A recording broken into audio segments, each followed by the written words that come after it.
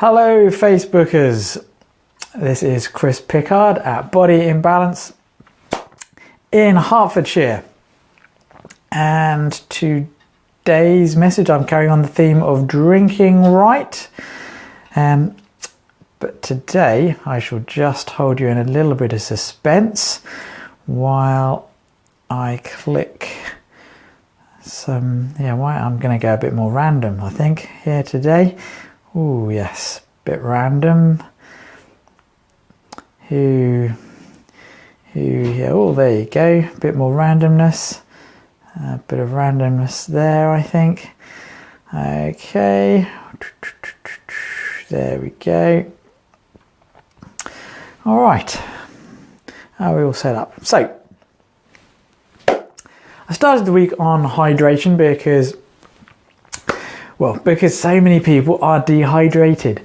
If you're not getting enough water, it affects your brain function, your digestive functions, your ability to detoxify, so it can lead to energy problems, it can lead to all kinds of things, muscle cramps. And I spoke to you about the importance of eating your water. But now I'm changing tact, and now I'm going to be telling you to drink. Oh, that's back to front. Drink your greens. Terribly written. I must be getting better at writing backwards, which is why it's looking so terrible. Drink your greens. Yes, drink your greens. Don't eat them.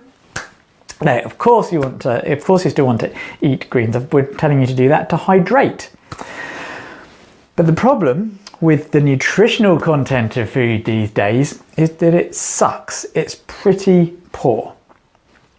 There's only about 10% of the nutrients found in most of the vegetables and fruits that we eat that was there 50 years ago.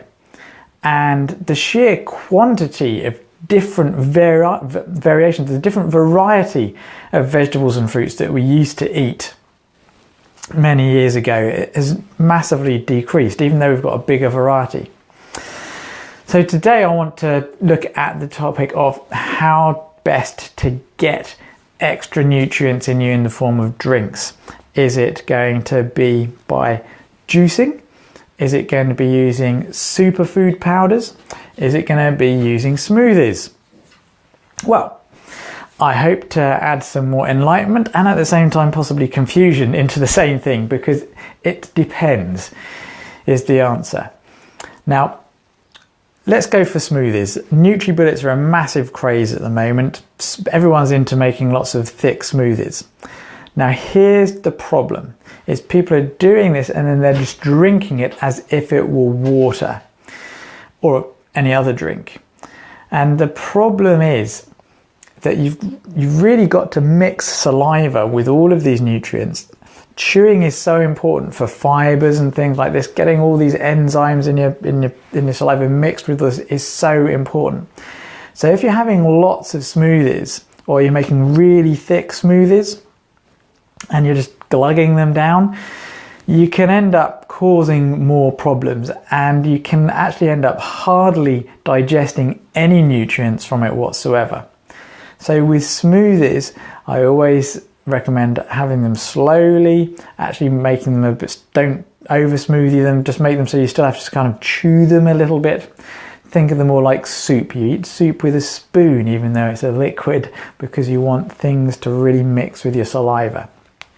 So generally, I'm not a fan of your standard really thick smoothie with lots of vegetables and fruits and stuff and a really thick gunk. You only want a small smoothie and you want to take your time over it. So, juices. So juices made from organic fruits and vegetables is what I'm really talking about. Although some fruits and vegetables, they won't have as many pesticides and things in them. So sometimes it doesn't make much a difference. Look up on Google as to your local area or where you're getting your fruits and vegetables from as to what fruits and vegetables and pesticides are used. So juices, making a juice at home, okay, it's really good because you're going to get all the enzymes. If you're juicing it and then drinking it within an hour or two, you're going to get all kinds of different nutrients, lots of different enzymes. The longer you leave it, the more those enzymes are often gone, so you don't get enzymes anybody. You need enzymes to help digestion, you need enzymes to bring down inflammation, eat scar tissue, eat cancer cells, all sorts of things. But fresh juice from organic fruits and vegetables is a really good thing to do. Okay, however, again, it suffers from the fact that if you were to travel back in time, get some fruits and vegetables from 100 years ago and juice them, the actual nutrition content of them would be far, far higher. Far higher. The other problem with juicing is it's time consuming. But you can, if you then take all the stuff that's you know, you have all the pulp and stuff, you can actually do that and put it in sauces and things like that, so you can still use the whole thing. Because the thing I don't like about juicing is just you throw away all this stuff. But that's going to be the same with powders as well. With powders, there's probably stuff thrown away at the other end, just that you're not doing the throwing away, and there is packaging.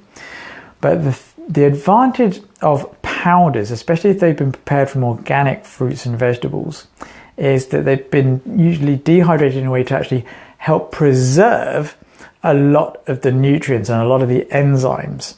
So you can just take a scoop, put it in water, mix it, drink it, job done.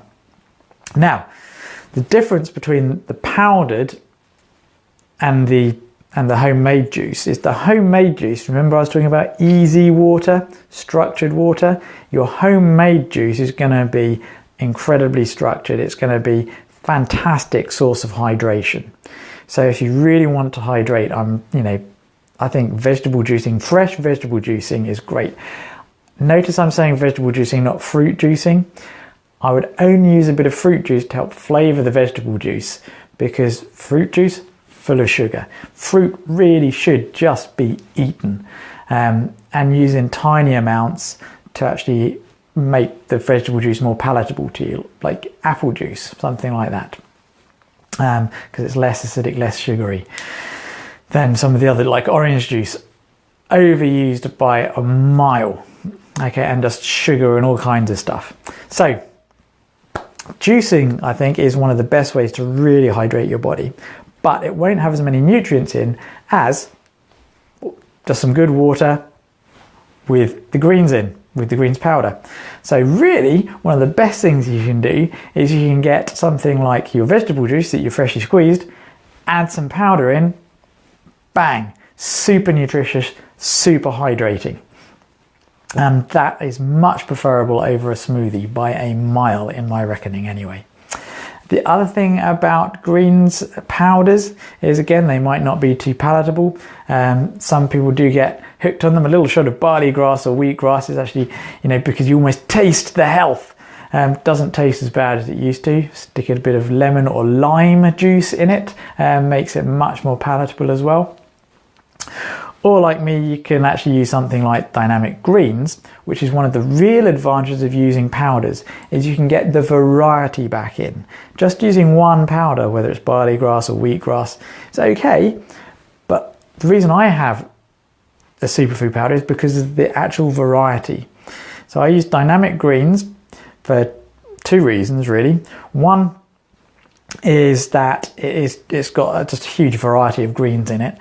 Secondly, they taste fantastic because they come in different flavors, like strawberry, kiwi, berry, chocolate flavored, it's mint flavored as well. So you can actually use the powder to flavor your fruit, your vegetable juice, or you can use it to flavor anything, or you can just have it by itself. You can have it, put it in yogurts and things as well, which may be tomorrow's subject. The other reason I like it is because even the sweetener in dynamic greens, okay, so one, it's the food, secondly, it's the taste, but even the sweetener has actually been shown to help battle things like Lyme disease, that's stevia. And I know that it's the one that my mentor, Dr. Bob Rakowski, uses in huge amounts, up to a tub a day, for people with cancers or pro athletes who are really acidic and having problems actually getting more alkalized. I know it's safe in huge quantities. There are other mixtures of greens out there. Look for ones that have no added sugars. Okay, stevia is okay, organically grown stevia, but things like maltodextrin, which is in something, I think it's lean greens, it's got maltodextrin in it. Why? No, well, to make it taste better. The other thing, yeah, so lean greens will break your fast, whereas dynamic greens won't. Then there are other greens powders, bulk powders I use as well. I use their greens powder and I use their fruit powder as well. I think they're higher in sugar than dynamic greens, but again, I use them for variety. Don't use them for flavouring so much because they don't really taste that flavourful. So there you have it. You have my definitive guide to smoothies versus vegetable juices versus greens powders. The best one is basically homemade vegetable juice with some super greens added, because then you've got a hugely hydrating and nutritious drink.